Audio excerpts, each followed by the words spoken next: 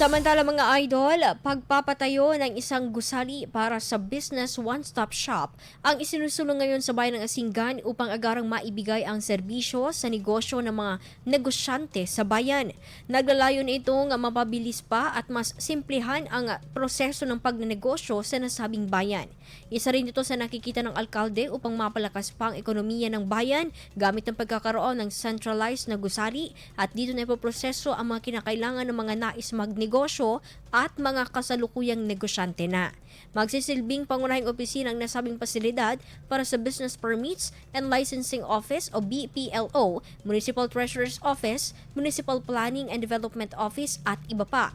Kung sakali hindi na mahihirapan pang magpaikot-ikot ang mga nagnenegosyo dahil iisang lugar na lamang ang mga tanggapan na may kinalaman sa naturang usapin.